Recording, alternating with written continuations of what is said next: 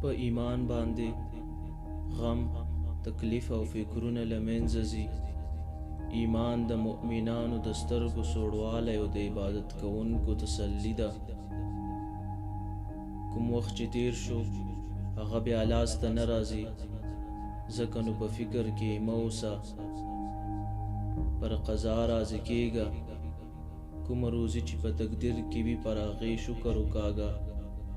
هر څه د تقدیر په مټ کېږي، ځکه نو د خفګان مجال نشته. د چا د مننې انتظار مه کوه، صرف د الله الصمد ثواب بسنه کوي. د منکرانو له انکار او کینه کوونکو له کینې تاسو ته هیڅ زیان نه رسیږي. چې سهار کړې د ماښام انتظار مه کوه. د نن ورځې په چوکاټ کې اوسه او د نننۍ ورځې د سمونکو ښخ کوه. خپل زړه له کینې، تعصب، نفرت او نورو دښمنیو څخه پاک کړه. دا ټول رنځونه دي، اروا ناروغه کوي. کتاب ښه ملګری دی، د هغه ملګرتیا خوښه کړئ.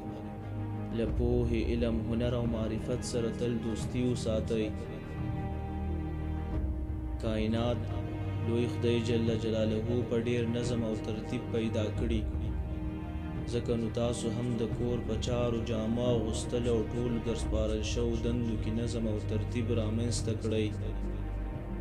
خلاصې فضا ته لاړ شئ، په ښو باغونو کې سیل وکړئ. د الله په مخلوق او د خلقیت په ایجاد کې فکر وکړئ. پیاده تګ ډیر کوئ، ورزش کوئ، سستی، ورکنوي او بیکارۍ څخه ځانونه وساتئ.